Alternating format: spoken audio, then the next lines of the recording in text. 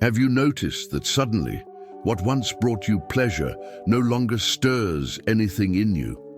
The book that seemed fascinating now weighs heavily in your hands. The music that once thrilled you sounds like noise. The hobbies that once were your refuge have lost their color. And perhaps you've silently asked yourself, what's happening to me? The answer may be brutal. You didn't lose interest for nothing. Your soul simply can't tolerate distractions anymore. Carl Jung showed us that when spiritual awakening begins, the ego ceases to be the protagonist. What you called your identity, gamer, artist, tireless worker, begins to crumble. The persona you so strenuously maintained no longer convinces, neither others nor yourself. And in this collapse, what remains is silence, emptiness, and a shadow that begs to be faced. It's uncomfortable, I know, but it's also in this abyss that truth begins to emerge.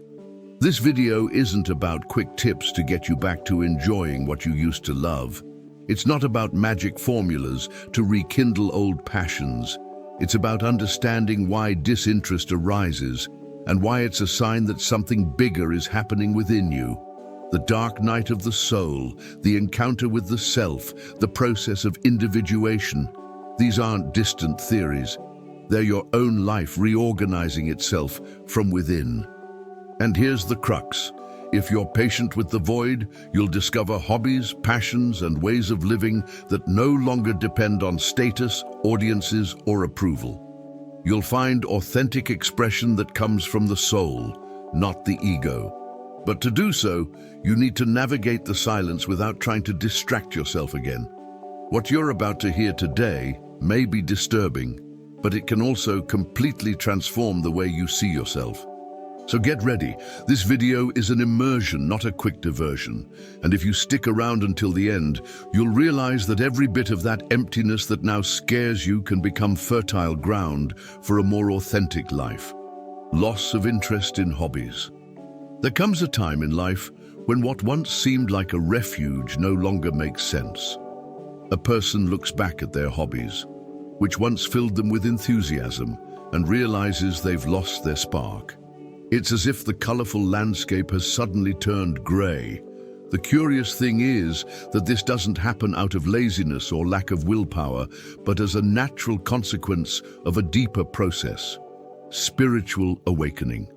Carl Jung said that as consciousness expands, the soul begins to question what is authentic and what is merely mechanical repetition. What once felt like pleasure now feels empty. And emptiness, though uncomfortable, isn't a mistake, it's a calling. Imagine someone who always loved playing the guitar. They spent hours plucking the strings, feeling each note vibrate like a piece of their own soul. Suddenly, after an inner shift, the same guitar rests in the corner of the room, almost like a stranger. What happened? It wasn't just a loss of musical taste, but a transformation in their relationship with life. Spirituality at this point isn't about abandoning music, but about realizing that perhaps that act was sustained by something more superficial, like the need to feel seen or appreciated. This withdrawal from hobbies can be frightening. After all, they were used as an escape valve from the weight of everyday life. It's natural to wonder, am I depressed? Have I lost my essence? But the answer isn't always this. What's actually happening is a transition between identities. The ego, accustomed to relying on certain rituals and distractions, begins to lose strength. And along with it, the persona that fed off these activities also loses its prominent role. It's the silent announcement that something greater is being born. A practical example, people who delve into shadow work report that after beginning this process, they no longer feel drawn to the games, series, or groups they used to participate in. Emptiness emerges. But this emptiness isn't the end. It's the necessary space for something more authentic to emerge. It's like cleaning out a cluttered room before redecorating it. Only in this case, the room is the soul itself. And yes, It can be uncomfortable to walk through it without furniture, color, or life, but this discomfort is part of the journey.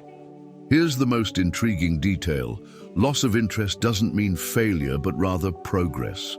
It's a sign that the soul no longer accepts crumbs. What once entertained no longer nourishes. It's like when someone tastes a more refined food and realizes that its former flavor was merely an illusion. This realization, though painful, opens doors. Because if old hobbies fall by the wayside, the inevitable question arises, what truly nourishes me now? And this question, even if not answered immediately, already points to the next step, the role of the ego in this transformation. Function of ego in hobbies. Before spiritual awakening, hobbies often carry much more weight than they appear.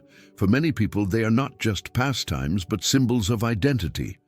A video game player isn't just someone who enjoys playing, but also identifies as a gamer. A painter isn't just a creative person, but also defines themselves as an artist. A guitar player becomes the musician of the group. The ego thrives on this sense of belonging and recognition. It clings to these labels as if they were proof of its very existence, and the persona is strengthened by presenting the world with a validated and admired image. This mechanism seems harmless, and in many cases it even helps build discipline, social connections, and self-confidence. But in essence, the ego uses hobbies to build identity walls. It's as if to say, look at who I am, look at what I can do, look at how different I am. In this process, spirituality takes a back seat, because the hobby is no longer about the experience itself, but about the mirror it offers to the gaze of others. How often does someone play an instrument not just to feel the music, but to post a video on Instagram and garner likes? That's not music, it's validation. Carl Jung reminded us that the ego loves to get lost in roles and titles, forgetting that all of this is just a shell. Hobbies, then, become arenas where the persona displays itself, like a carefully polished mask. The practice ceases to be spontaneous and becomes a performance. The person believes they're having fun, but deep down, they're trying to sustain a narrative. I'm interesting, I have talents, I deserve attention, and of course, this generates momentary pleasure. But it's a pleasure that depends on the audience, and for that very reason, it's fragile. A common example, think of someone who loves running. At first, it was just about feeling the wind on their face and the lightness of their body. Then, over time, they start posting every workout, every kilometer, every medal.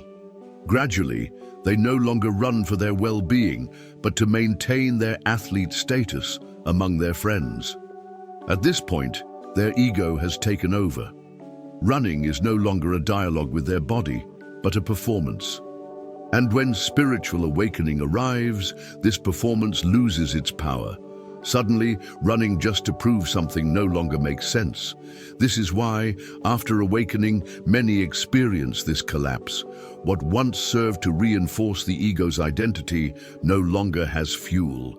The void appears precisely because the persona no longer finds a stage to shine. And if the stage fades, the big question arises, who am I without this role?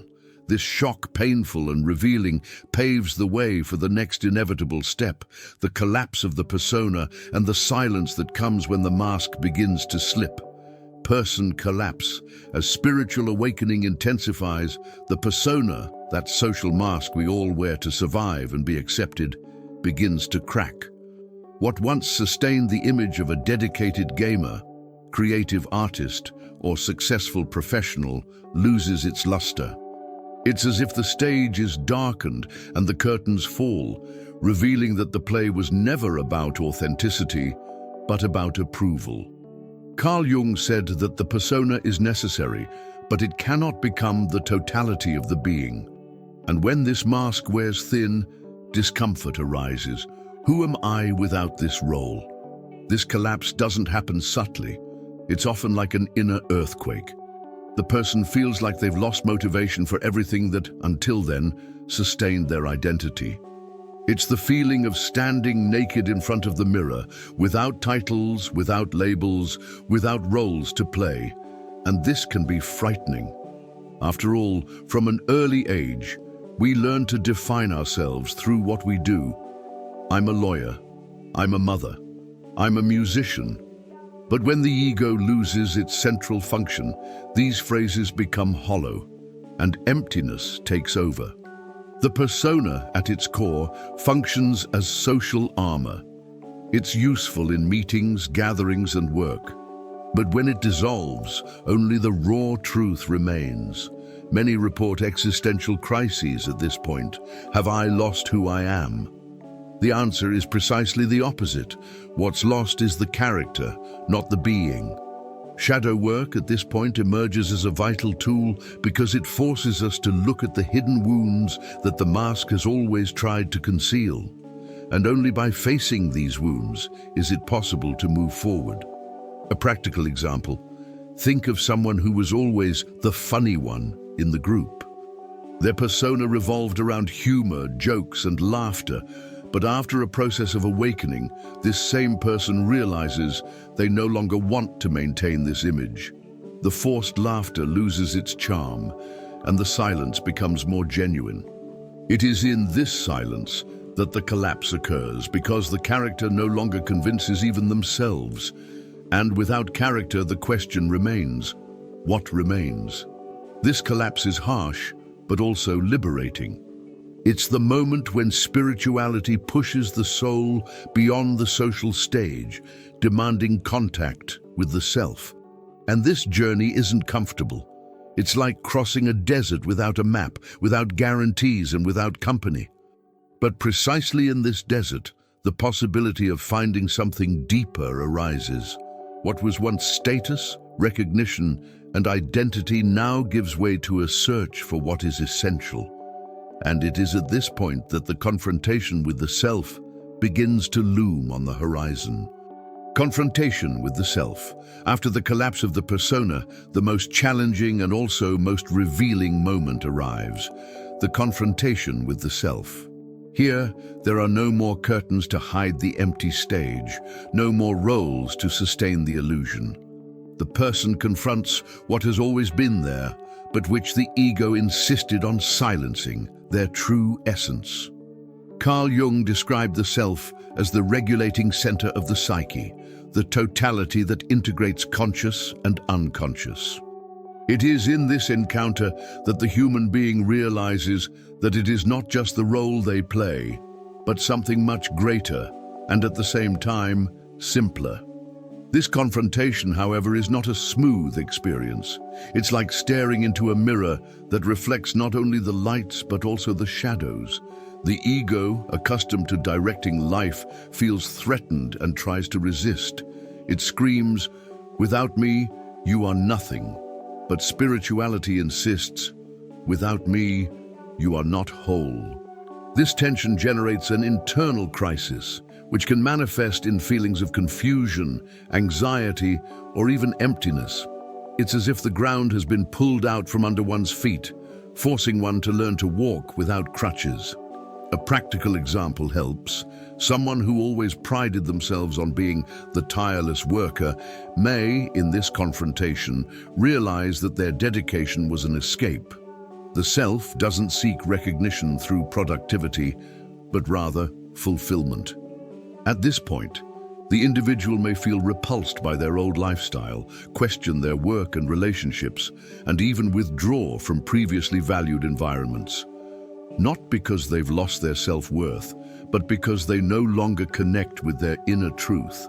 This clash reveals something essential. The self doesn't need an audience, doesn't seek applause, and doesn't fear silence. While the ego needs to show off, the self simply is. And this simplicity can seem overwhelming. Many feel they are losing everything, when in fact they are being called to gain something infinitely deeper: the possibility of living without relying on masks. This confrontation requires courage, because no one likes to give up the armor that always seemed secure.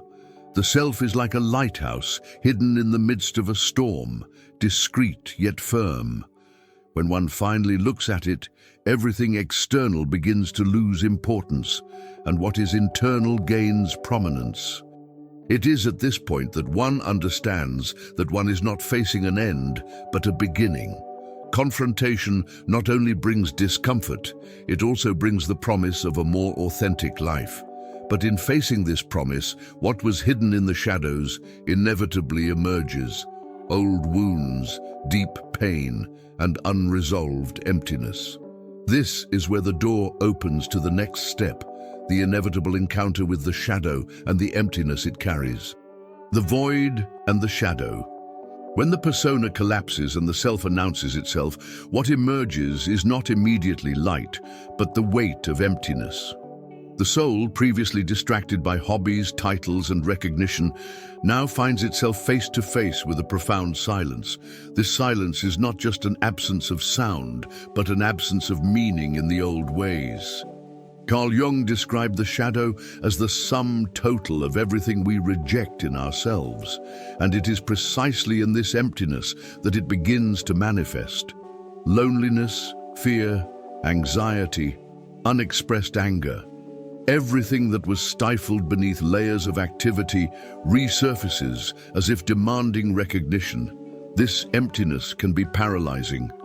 One wakes up, looks around, and no longer finds pleasure in the things that once filled one's time.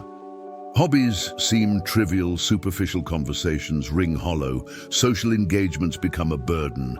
It's as if life has lost its color. But in truth, it's not life that has lost its color. It's the illusion that has shattered. Shadow work comes into play here as an essential tool, inviting us to illuminate these hidden wounds. Rather than fleeing from the void, the call is to inhabit it, like someone entering a dark room until their eyes adjust to the dim light. A real-life example helps.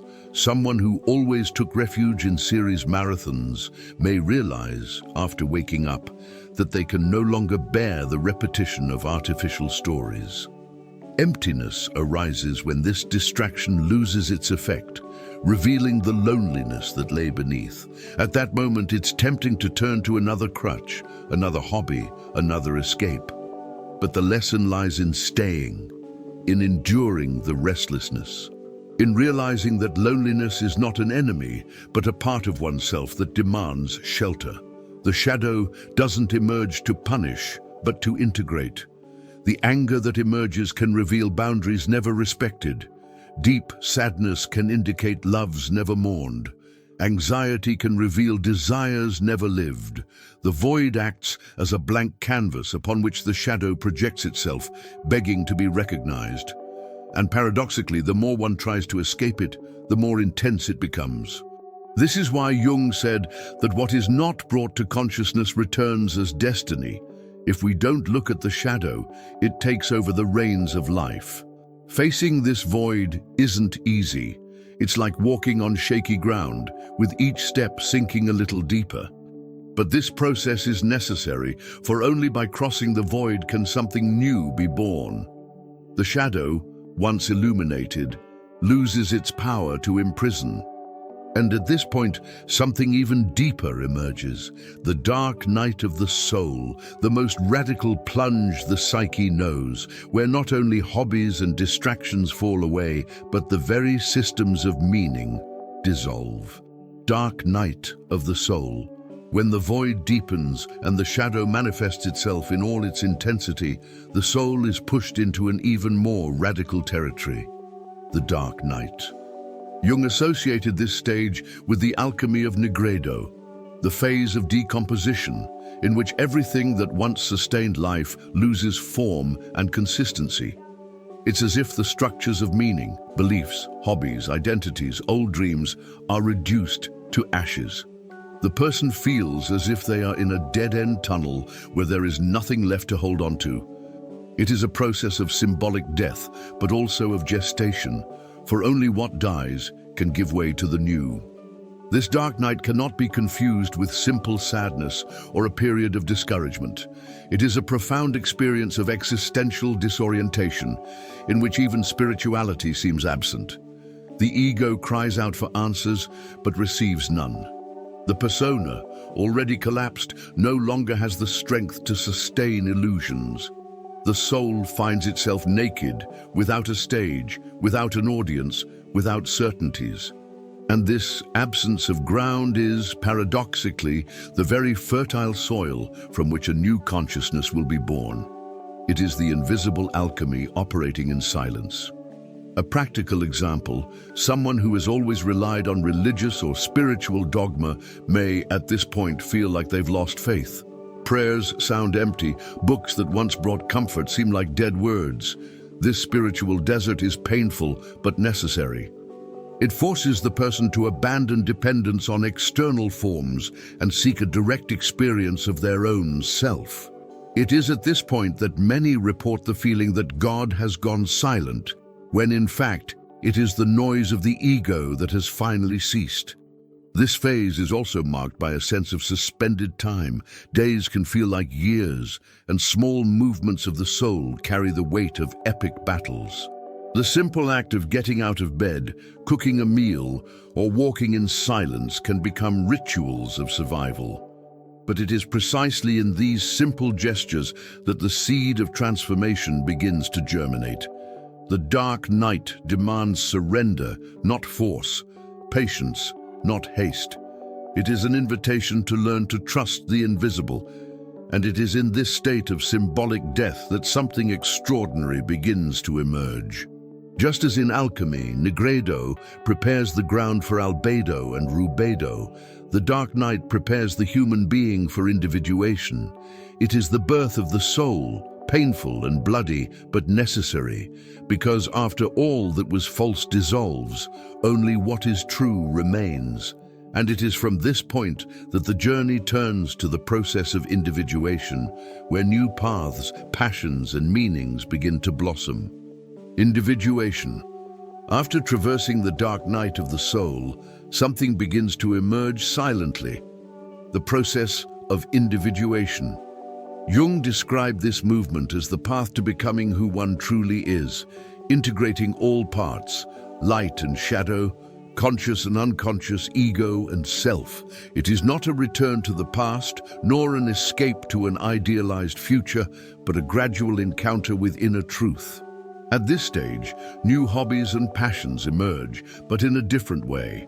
Not to sustain the persona or feed the ego, but to express what springs from the center of the soul. This process is slow, like the blossoming of a flower. Gradually, the person begins to feel the urge to explore things that previously held no interest. It could be walking in nature, writing in silence, cooking intuitively, or simply watching the sunset. These new movements are not aimed at showing off to others, but at nourishing oneself internally. Spirituality ceases to be a distant concept and becomes experienced in small gestures, in everyday details. What was once a search for external validation transforms into genuine satisfaction. An example helps to visualize. Someone who previously spent hours playing video games to escape the void may discover pleasure in learning photography, not to post on social media, but to capture the beauty of the moment. Another may stop going to parties just to be noticed and find joy in cultivating a garden. These are simple activities, but charged with authenticity. It is at this point that life begins to take on new colors, not because the world has changed, but because our perspective has changed. Individuation also brings challenges. The ego occasionally tries to infiltrate and transform this new life into a stage. The temptation arises to even use spirituality as a form of status. Look how enlightened I am. Look how different I am. But the true path demands humility, silence, and surrender. It's a constant reminder that the self doesn't seek to be seen, only experienced. This learning requires vigilance because the persona, even collapsed, always tries to re-emerge with new masks. The most beautiful thing is that, in this process, human beings begin to discover a freedom they had never experienced before. There is no longer a need to prove anything to anyone. Hobbies cease to be hobbies in the traditional sense and become expressions of the soul. Work ceases to be merely a source of income and becomes authentic service. Relationships cease to be stages and become encounters. It is at this point that one realizes that individuation is not a final destination, but a continuous journey. And on this path, patience with emptiness and the courage to experiment with new ways of living become precious advice. Practical advice. Having reached this point in the journey, it's natural for many to ask themselves, what do I do now that my old hobbies no longer fulfill me? The answer isn't in forcing a return to the past, but in learning to be with the void without rushing to fill it. When you try to revive activities that no longer resonate, you only create frustration. Therefore, the first piece of advice is simple and profound. Don't force it. If the guitar doesn't call, let it rest. If games don't appeal, let them be put aside. Patience here is an act of trust in the self and in the spirituality that guides this process. Instead of fighting the void, try exploring it. Walking in silence, for example, can become a living shadow work exercise. Each step on the street or in nature reveals previously hidden thoughts and emotions. Writing is also a powerful practice, not just loose notes, but an intimate journal where you can record dreams, fears, and insights. Carl Jung valued writing and art as forms of dialogue with the unconscious, and this simple habit can become a portal to new discoveries. Another useful practice is to seek out activities that aren't performance-oriented.